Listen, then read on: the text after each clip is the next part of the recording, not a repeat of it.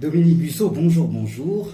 Bonjour à vous. Soyez le bienvenu au petit déjeuner de Devenir pour agir. Merci de me recevoir dans vos locaux et merci de prendre votre temps pour discuter de différents sujets de manière philosophique, mais tout simplement de manière très simple. Très bien. Je voudrais commencer par une citation du biologiste Albert Jacquard, qui souligne « Pour un homme, être, c'est devenir ». Dominique Busseau, vous devenez, mais vous devenez qui vous êtes. Alors, qui êtes-vous ? Je suis un passionné des médias avant tout. J'ai toujours aimé également entreprendre. Donc j'ai réussi à réunir deux passions qui sont l'entrepreneuriat et les médias. Et donc je me définis aujourd'hui comme un média entrepreneur. Un média entrepreneur. Nous allons réfléchir dans quelques minutes sur ces différentes définitions que vous donnez. Mais pour que les milliers de téléspectateurs, d'étudiants qui vous écoutent, apprennent à vous connaître, quelle est votre plus belle qualité ? Tenace. Tenace, la ténacité. Je pense. D'accord. Alors, vous vous êtes défini comme un entrepreneur des médias. Pouvez-vous donner la définition, vous donnez du média, qu'est-ce qu'un média, et après, qu'est-ce qu'entreprendre ?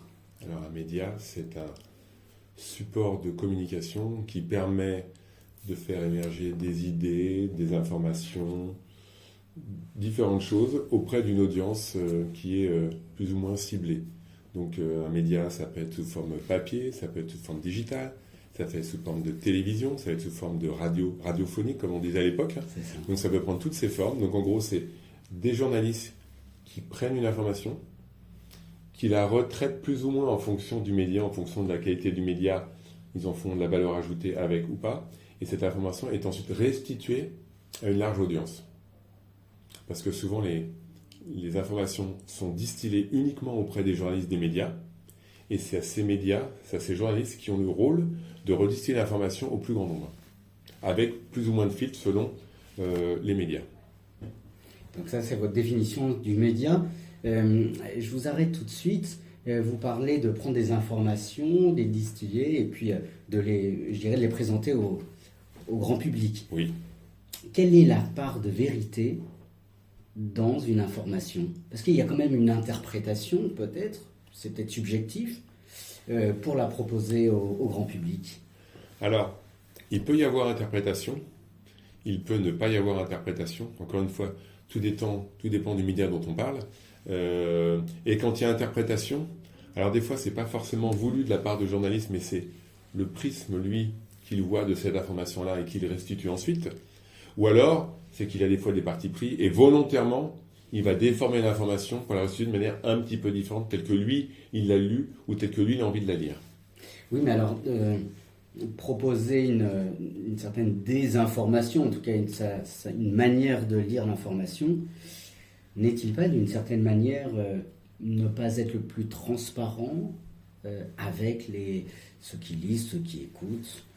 Alors, on peut voir ça comme cela, effectivement, mais des fois, certains lecteurs, certains auditeurs attendent de la part de leur média préféré que celui-ci traite l'information d'une certaine manière pour qu'ils puissent avoir un regard un petit peu différent par rapport à cette information-là. Donc, oui, effectivement, mais je pense que le lecteur ou l'auditeur n'est pas forcément dupe et il sait que s'il va lire une information dans Libération et qu'il va lire une information sur Le Figaro, ça va être des informations traitées un petit peu différemment. Il le sait, il en a conscience. D'accord. Donc ça, c'est votre définition des médias, de la manière dont vous le prenez. Vous êtes défini aussi comme un entrepreneur. Quelle définition donnez-vous d'une entreprise, mais avant tout du verbe entreprendre ? Qu'est-ce qu'entreprendre ? Alors, on va dire qu'un entrepreneur, c'est quelqu'un qui entreprend. Oui. Donc, je dirais que c'est quelqu'un qui va créer, développer, imaginer des produits, des services, différentes choses, afin de créer une société qui va normalement générer du chiffre d'affaires, générer des coûts, générer l'embauche de salariés et générer la réalisation, je vous dis, d'un produit ou d'un service. Oui, alors, c'est votre définition d'entreprendre, je lisais la définition de Xavier Niel, qui lui souligne « Je suis entrepreneur pour ne plus dépendre des autres ». Alors ma question est la suivante, Dominique Busseau, vous êtes un grand entrepreneur. Quelle est la part d'autonomie et de liberté que vous avez au sein même, non pas de l'entreprise, mais votre manière de concevoir le fait d'être entrepreneur?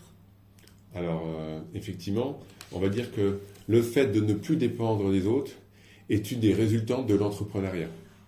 Oui. Mais je ne pense pas que ça soit avant tout le but premier que d'être entrepreneur. Je pense que le but premier d'être entrepreneur, c'est d'avoir envie de créer et d'avoir, et là je vais revenir à votre question, je vais répondre donc à votre question, d'avoir envie de créer, d'avoir envie donc d'entreprendre avec la liberté la plus totale qui soit. Alors quand on dit la liberté la plus totale qui soit, malgré tout, il y a des règles. Dans un pays, il y a des lois, il y a des règles, il y a des coutumes, il y a des manières de faire les choses, donc on n'est pas 100% affranchi. On se doit d'avoir certaines réserves et de suivre certains codes, bien évidemment. Mais quoi qu'il en soit, le fait d'entreprendre, c'est de pouvoir faire plus ou moins ce qu'on veut dans la manière dont on veut. Dès lors que, bien sûr, c'est d'un sens business, ça a un sens, parce qu'on n'est pas forcément des opérations, des entités caritatives. On n'est pas là juste pour épater la galerie ou passer du bon temps. Il faut aussi que ça ait un sens économique. Mais dès lors que ça a un sens économique et que ça reste dans un cadre juridique bien défini et que ça respecte la plupart des us et coutumes, on peut entreprendre à foison. Alors, c'est intéressant ce que vous dites, parce que je vais en reparler sur le côté économie, mais vous parlez de cette part de liberté. Est-ce que, selon vous, c'est parce que je suis responsable que je deviens libre, ou est-ce que c'est parce que je suis libre que je deviens responsable au sein même d'une entreprise? Quelle est la part de responsabilité et de liberté? Quel lien, ou quelle opposition peut-être faites-vous entre les deux? Je pense qu'on est d'abord libre quand on entreprend, et ensuite on se doit de devenir responsable. D'accord, on est d'abord libre et on se doit de devenir responsable. Quelle est la définition que vous donnez de la responsabilité? Ça dépend l'angle qu'on veut lui donner et l'acceptation qu'on veut lui donner. La responsabilité, c'est d'être, de faire des choses, encore une fois, qui soient conformes aux mœurs. Ça soit des choses qui permettent de respecter, par exemple, quand on a une entreprise. Moi, j'ai une petite entreprise, j'ai pas beaucoup de salariés. Qu'on parlait à Xavier Niel, on vous avait parlé tout à l'heure, qui a lui des dizaines de milliers de salariés dans le monde. Donc, on se doit de faire en sorte de ne pas faire des choses qui vont mettre en péril l'entreprise pour être responsable vis-à-vis de ses salariés, par exemple. C'est ça, mais alors quelle est, selon vous, la plus belle valeur au sein même de votre entreprise que vous les prônez? Quelle est la valeur de votre entreprise? Je pense que c'est important, c'est d'avoir une entreprise, d'avoir une société où il fait bon vivre, où les gens s'adonnent et ils sont heureux de venir chaque matin au bureau. C'est ça qui est important. C'est de donner du bon temps aux salariés alors qu'ils sont en phase de travail, en phase de labeur. D'accord. Alors je poursuis et j'approfondis sur ce que vous dites. Donner du bon temps aux salariés. Quand on va au travail et qu'on aime ce que l'on fait, on est heureux. Tout à fait. Autrement dit, vous êtes au service du bonheur de vos salariés. Êtes-vous au service de leur bonheur ou êtes-vous au service de leur épanouissement? Un peu des deux, on a tendance à dire. Oui. Parce qu'effectivement, s'ils s'épanouissent dans leur travail, ils sont heureux. On va dire que le bonheur est une conséquence de l'épanouissement au travail. D'accord. Oui, en tout cas, c'est une bonne définition, je trouve. Une autre question, vous définissez-vous comme un leader ou comme un dirigeant? Pour vous aider, peut-être, je voudrais citer l'ancien PDG de General Electric, Jack Welch, qui souligne « Avant d'être leader, votre succès ne repose que sur vous. Lorsque vous devenez un leader, votre succès ne repose que sur les autres. » Pour vous, selon vous, êtes-vous un leader ou un dirigeant?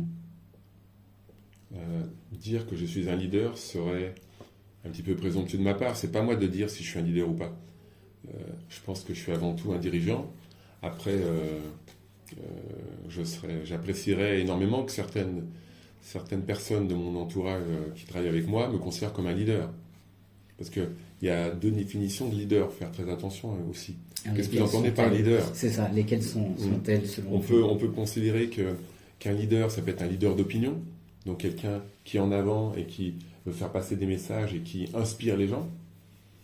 Et un leader au sein d'une entreprise, c'est quelqu'un qui va montrer par l'exemple et qui va faire en sorte qu'on a envie de le suivre. Alors, effectivement, ça peut se rapprocher, mais c'est un tout petit peu différent. Je ne suis pas un leader d'opinion, je ne suis pas quelqu'un qui va comment dire, s'exprimer tous les 4 matins à la télévision pour dire ma vision de l'entrepreneuriat, c'est ça, il faut faire comme ci ou comme ça. Ce n'est pas mon cas. Mais je fais des choses, je peux inspirer certaines personnes, j'espère que j'inspire les gens qui travaillent autour de moi. Et peut-être que par ce biais-là, je peux être considéré comme une forme de leader, mais pas un leader au sens, d'accord, on va dire, charismatique du terme. Oui, je comprends, mais alors est-ce que la manière dont vous concevez le fait pour vous d'être leader, vous faites grandir à la fois vos salariés et toutes les personnes que vous rencontrez? Parce que je recite Jack Welch qui dit « Avant d'être leader, le succès, c'est de grandir soi-même. Quand on est leader, le succès, c'est de faire grandir les autres. » Votre propre succès, vous avez une belle carrière dans les médias, une belle carrière dans l'entrepreneuriat. Êtes-vous un homme de succès? Est-ce que vous êtes heureux du succès que vous avez, Alors, je suis très heureux de ce que je fais aujourd'hui, où j'en suis aujourd'hui, c'est très clair. Mais je suis un homme de succès, mais aussi un homme d'échec. Alors, on va reparler de l'échec. Parce que c'est un mot, je trouve, qui est très, très fort et à la fois parfois très violent. Mais j'ai préparé une question sur l'échec. Mais avant de parler d'échec, parlons de succès. Alors, vous allez me dire, l'un ne va pas sans l'autre. Exactement. Le succès, pour vous, c'est... L'échec forge le succès. L'échec forge le... Très bien. Alors, donnez-moi une autre définition peut-être de l'échec. Si vous voulez, on parle tout de suite de l'échec. Parce que tous les étudiants qui nous regardent, vous savez, ce mot échec fait très très peur. L'échec, c'est très négatif, en tout cas. Je trouve que dans le vocabulaire français, c'est très négatif. Ce que j'allais dire, voilà. Ça dépend si on prend une approche anglo-saxonne de l'échec ou une approche franco-française de l'échec. Alors, quelles sont ces 2 approches? Est-ce que vous pouvez nous les présenter? Comme vous venez de le dire, en France, l'échec, c'est tout simplement donc c'est un échec, c'est-à-dire qu'on n'a pas réussi à faire quelque chose. On s'est planté, on a pris une mauvaise décision, donc c'est négatif, c'est pas bien, faut pas le faire, entre guillemets. L'approche anglo-saxonne de l'échec, c'est on a essayé, on a fait tout ce qu'on a pu, mais in fine, on a échoué. Est-ce un échec? Ou est-ce plutôt une forme d'apprentissage? Je comprends très bien, mais alors pourquoi, à votre avis, actuellement en France, on a cette vision de l'échec qui est très, très pessimiste, alors que, comme vous venez de le montrer, cette présentation anglo-saxonne, c'est quand même se donner les moyens jusqu'au bout, et ce n'est pas un échec parce qu'on s'est donné les moyens. Je pense que, alors, sans être un grand historien ni un grand philosophe, ça doit remonter à des dizaines, voire des centaines d'années, où à notre culture, j'aurais tendance à dire, très... comment pourrais-je exprimer au mieux cette chose-là? C'est, je sais pas, judéo-chrétienne, des choses où faire les choses proprement, il faut bien faire les choses, il faut que les choses soient préparées, il faut que les choses soient planifiées. Donc on a été éduqués, on nous a rabattu les oreilles sur le fait que la réussite est la seule chose, il faut faire les choses bien, etc. etc. Mais que les petits accros de parcours n'étaient pas une bonne chose. D'essayer, de zigzaguer, d'aller à droite à gauche, c'était pas forcément une bonne chose. Il faut être en France, il faut être dans le droit chemin. Il faut, comme vous le savez aussi, avoir fait de grandes écoles. Il faut avoir été en société avec les bonnes personnes. C'est une approche très française, très historique, très socioculturelle des choses. Alors qu'aux États-Unis, on a un diplôme, on n'a pas de diplôme, on a changé 4 fois de vie en 10 ans, c'est pas grave. Donc c'est une approche vraiment très différente. C'est très différent. Et Henry Ford souligne l'échec, enfin il définit l'échec, et c'est non seulement l'opportunité de recommencer d'une façon plus intelligente. Pour lui, l'échec, il le prend comme une façon, je dirais un tremplin vous dites tout à l'heure, c'est un apprentissage. C'est l'échec. ça. On apprend en échouant. Plus on échoue, plus on apprend, plus on apprend, plus on a des chances de réussir derrière. C'est du fil cousu. Mais complètement, je suis complètement de votre avis, mais alors est-ce qu'on apprend en échouant ou on apprend, en tout cas en France, pour ne pas échouer? En échouant, on apprend. En échouant, on apprend. Oui. Mais il ne faut pas, je fais exprès de vous, je dirais de vous repousser dans vos propres retranchements, mais si celui qui n'a pas d'échec, qui ne connaît pas l'échec, à votre avis, apprend-il tout autant que celui qui a connu les échecs et qui va... À mon avis, il apprend moins. Il apprend moins. Il apprend moins. Parce qu'il a eu la chance, l'intelligence de ne pas échouer à date.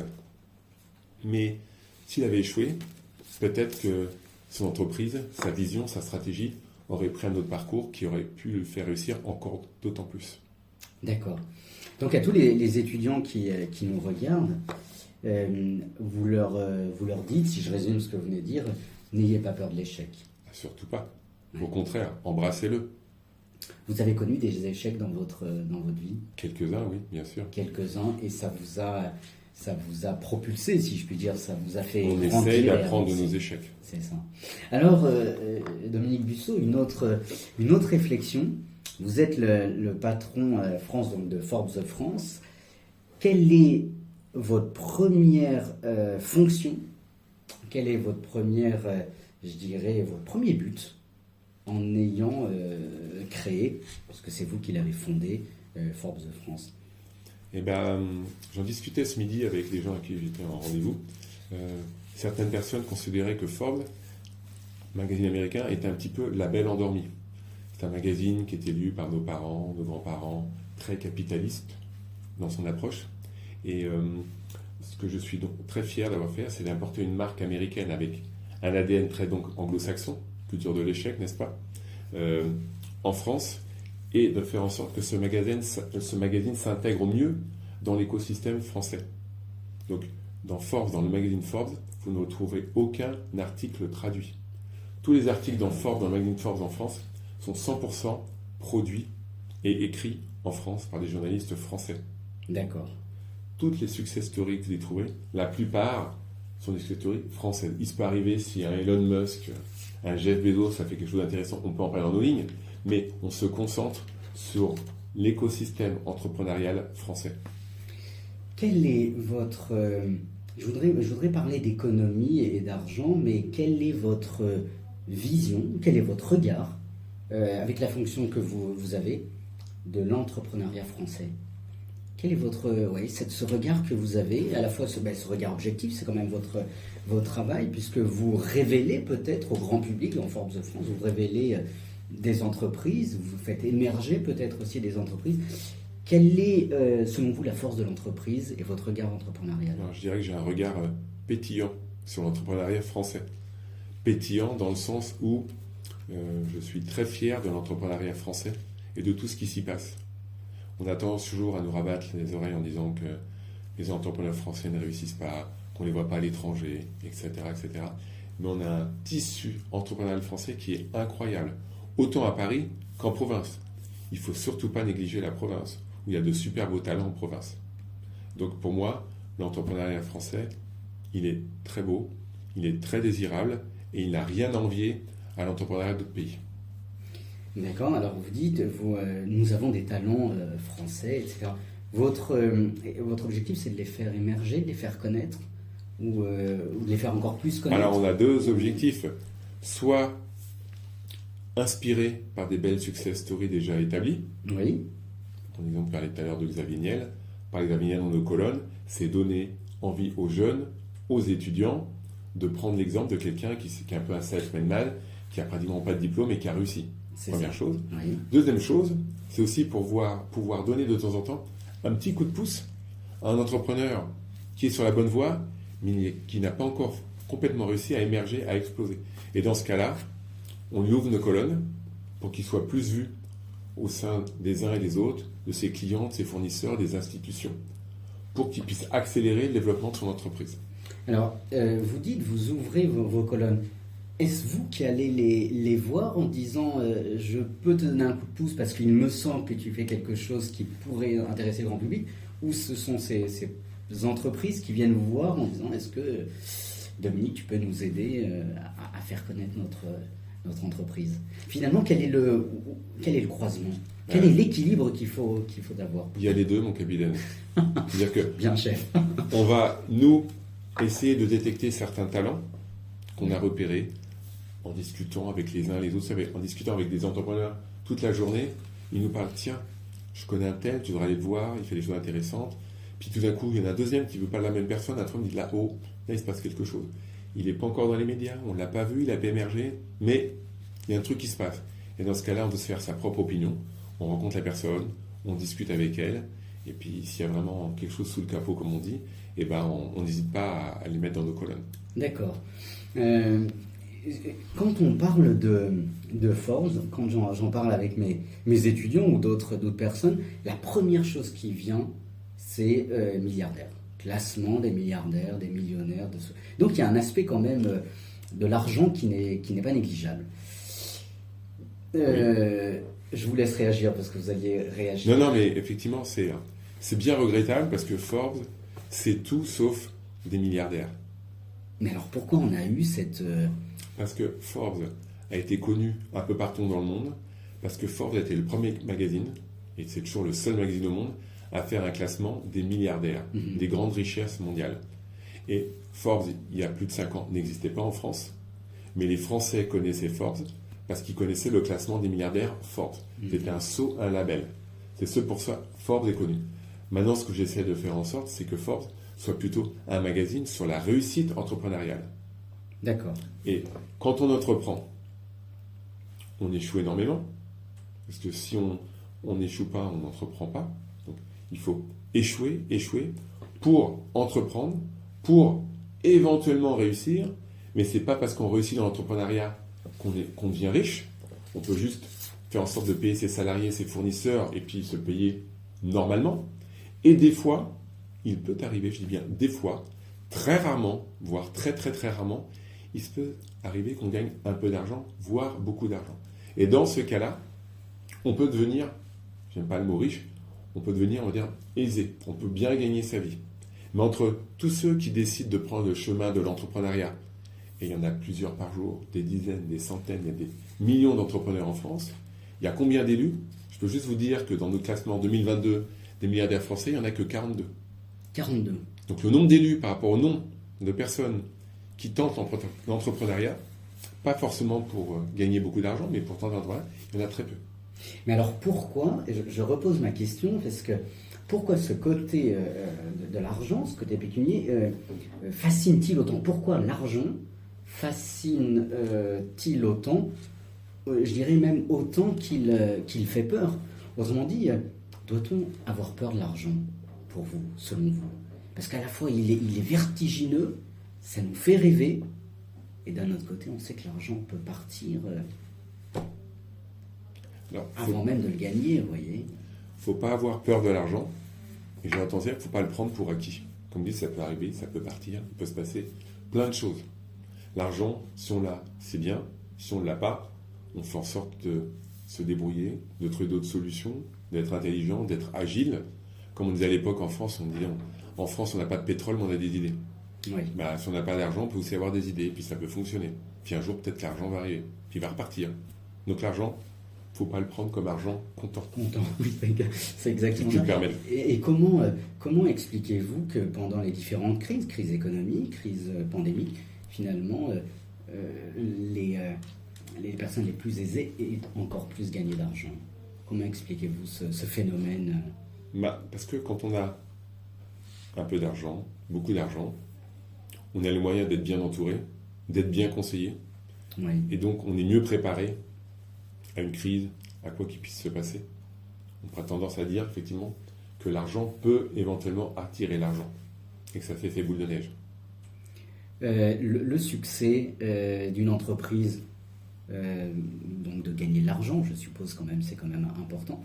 Le succès pour vous est-il une conséquence ou un but? Quelle différence? De gagner de l'argent? Oui. Gagner de l'argent oui. est une conséquence du succès d'une entreprise. Mais si c'est un but, ça ne marche pas. Quelle est la différence, la nuance que vous faites entre conséquence et but? Bah, Ce qui n'est pas la même chose. Je monte une entreprise sur un sujet, un thème qui m'intéresse, en espérant qu'elle sera viable. Oui. Et il se peut que, conséquemment à l'entreprise que j'ai montée, cette entreprise fasse des bénéfices et gagne beaucoup d'argent. Parce que je l'ai bien gérée, et l'idée était bonne, était performante, j'ai beaucoup de clients, j'ai pas trop de concurrents, Oui. tout fonctionne bien. Le but, ça serait de dire, je monte une entreprise pour gagner de l'argent. Et là, souvent, on peut rater les marches de l'échelle si on n'a que seul but en tête de gagner de l'argent. Puisqu'on ne va pas forcément penser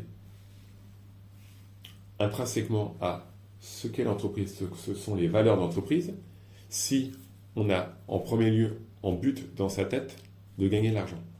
Oui. Je comprends, je trouve votre... Est-ce que c'est un peu plus clair? Oui, je trouve votre réponse intéressante et éclairante. Dominique Busseau, je voudrais passer, il reste malheureusement peu de temps, mais je voudrais passer à votre seconde, je dirais à votre un autre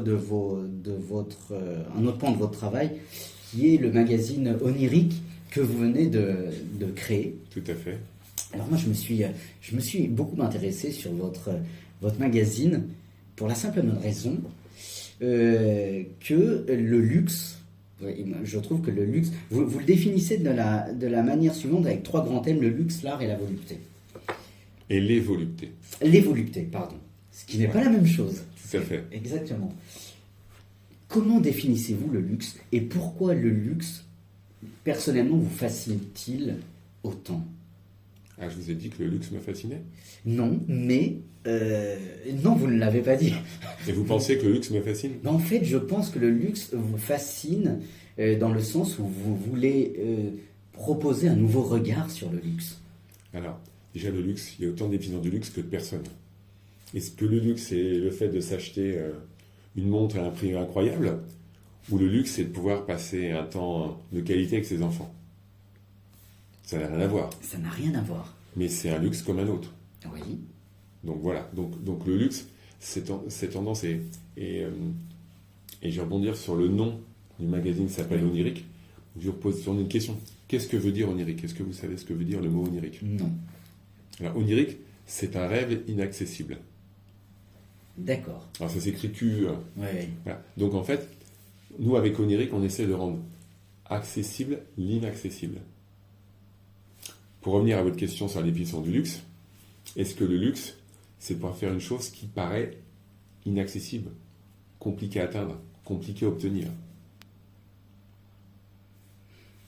Pour vous, non, parce que vous voulez rendre accessible l'inaccessible. Ce qui paraît inaccessible, vous voulez le rendre accessible. Oui, mais quand je dis accessible, c'est-à-dire on ouvre les portes d'endroits inaccessibles de par nos colonnes en écrivant dessus. C'est pas pour ça que les gens pourront se rendre dans ces lieux. Au moins, on les rend un peu accessibles.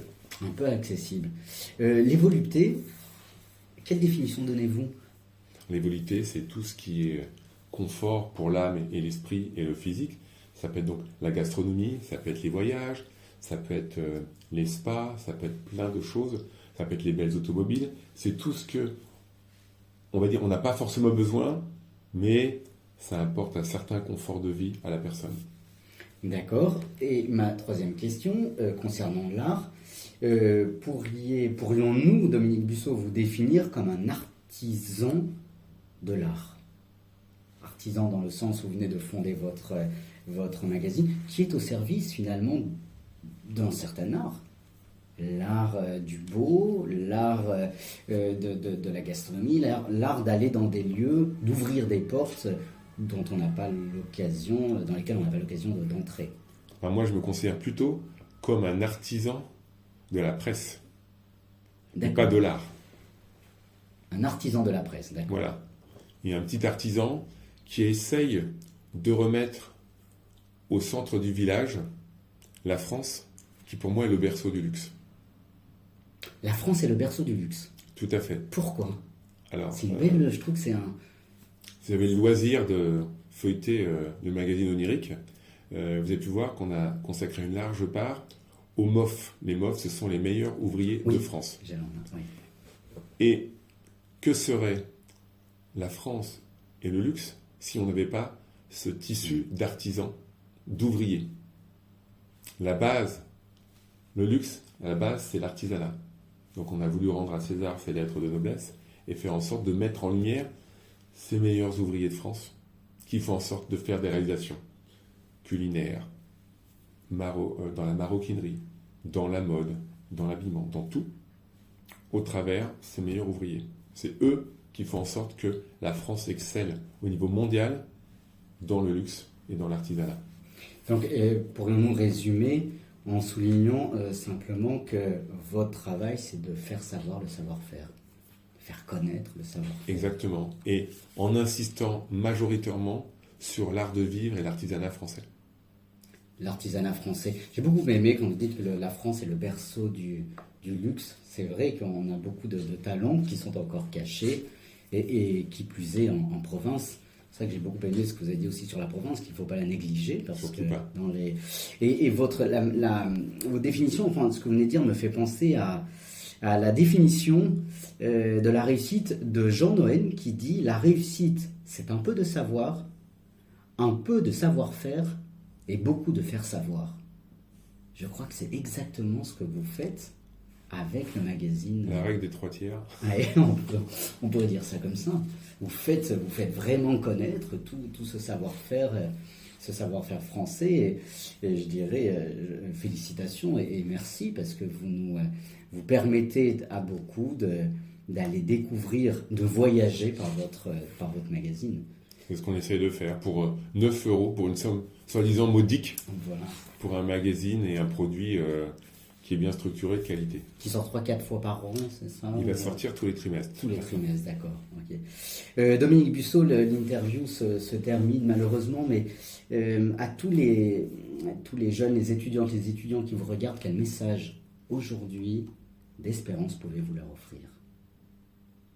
Que pouvez-vous leur dire? C'est une grosse responsabilité que vous me confiez là, n'est-ce pas? Vous avez la responsabilité de leur donner un... C'est simplement, n'ayez pas peur d'entreprendre. C'est foncer. Foncez. Foncez et vous aurez le temps de réfléchir ensuite.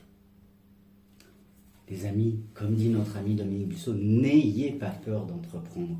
Il faut oser dans la vie. Merci Dominique Bussault de m'avoir reçu. Merci beaucoup. Et je voudrais terminer par une citation qui vous caractérise, à mon sens, beaucoup, de Rockefeller, qui souligne « Si vous voulez réussir, il faut ouvrir de nouvelles voies et éviter les chemins empruntés par les promesses de réussite. » Je crois que vous passez votre vie à ouvrir de nouvelles voies. J'essaye. Des fois j'y arrive, des fois j'y arrive pas. En tout cas, vous y arrivez et un très grand merci et félicitations pour tout ce que vous faites et surtout merci d'être qui vous êtes. Merci à vous. Merci Dominique Bussault.